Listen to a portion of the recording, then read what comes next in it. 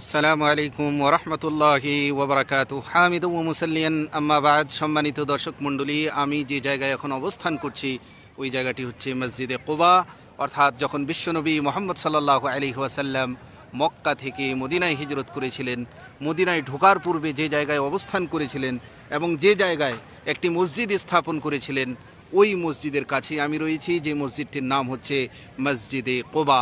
আর এই মসজিদ সম্পর্কে বিশ্বনবী মুহাম্মদ সাল্লাল্লাহু আলাইহি ওয়াসাল্লাম বিভিন্নভাবে ফজিলত বর্ণনা করেছেন। যেমন একটি হাদিস রয়েছে, মহানবী সাল্লাল্লাহু আলাইহি ওয়াসাল্লাম বলেছেন, যে ব্যক্তি তার ঘরে উজু করে তারপরে মসজিদে কুবায় আসে এবং সেখানে 2 রাকাত নামাজ আদায় করে, তার জন্য একটি পূর্ণ উমরার সমান সওয়াব লেখা হবে, নেকি লেখা হবে। সুতরাং আপনারাও যখন মদিনায় আসবেন অবশ্যই মসজিদে কুবায় আসার চেষ্টা করবেন এবং মসজিদে কুবায় এসে 2 রাকাত সালাত আদায় করবেন। আল্লাহ রাব্বুল আলামিন আপনাদের আমল নামায় 2 রাকাতের কারণে, ওই 2 রাকাত সালাতের কারণে উমরার নেকি লিখে দেবেন। তাই এই ফজিলত হাতছাড়া করবেন না।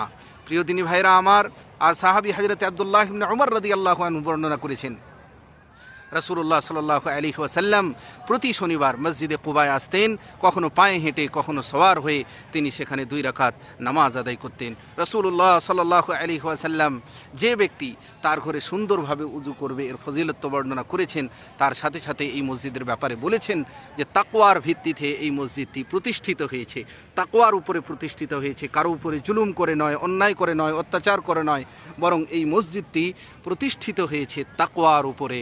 মসজিদে কুবা হলো সেই মসজিদ যা রাসূলুল্লাহ সাল্লাল্লাহু আলাইহি ওয়াসাল্লাম নিজ হাতে নির্মাণ করেছিলেন এবং এটি প্রথম দিন থেকেই তাকওয়ার ভিত্তিতে প্রতিষ্ঠিত।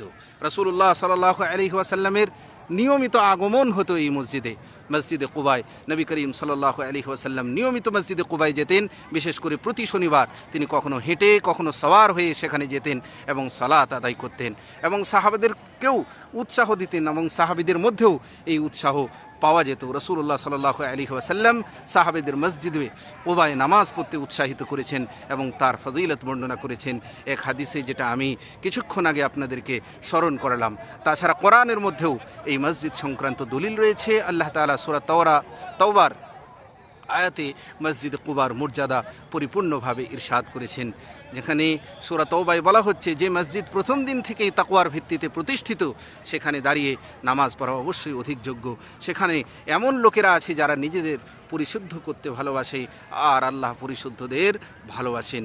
হযরত আব্দুল্লাহ ইবনে উমর রাদিয়াল্লাহু আনহু সব সময় রাসূলুল্লাহ সাল্লাল্লাহু আলাইহি ওয়াসাল্লাম ওর অনুসরণ করতেন। তিনি মসজিদে কুবায় যেতেন হেঁটে, কারণ তিনি দেখেছিলেন রাসূলুল্লাহ সাল্লাল্লাহু আলাইহি ওয়াসাল্লাম এভাবেই হেঁটে যান। সুতরাং আজ মসজিদে কুবা থেকে আপনাদের নিকট নিবেদন, আপনারা যখন মদিনায় আসবেন অবশ্যই এই ঐতিহাসিক জায়গা দর্শন করার চেষ্টা করবেন এবং বাড়িতেই যেখান থেকে আসবেন সেখান থেকে উজু করে নেবেন, পবিত্রতা অর্জন করবেন এবং এখানে এসে 2 রাকাত সালাত আদায় করবেন, যাতে করে উমরা পরিমাণ নেকি আপনার আমল নামায় সওয়াব লেখা হয়, নেকি লেখা হয়। আল্লাহ রাব্বুল আলামিন আপনাদের সকলকে ইসলামিক ঐতিহাসিক জায়গাগুলো দর্শন করার তৌফিক দান করুন। আমিন। আকুলু কওলি হাদা ওয়া আস্তাগফিরুল্লাহ লি ওয়া লাকুম ওয়া লিসাইরিল মুসলিমিন। ওয়াসসালামু আলাইকুম ওয়া রাহমাতুল্লাহি ওয়া বারাকাতুহু।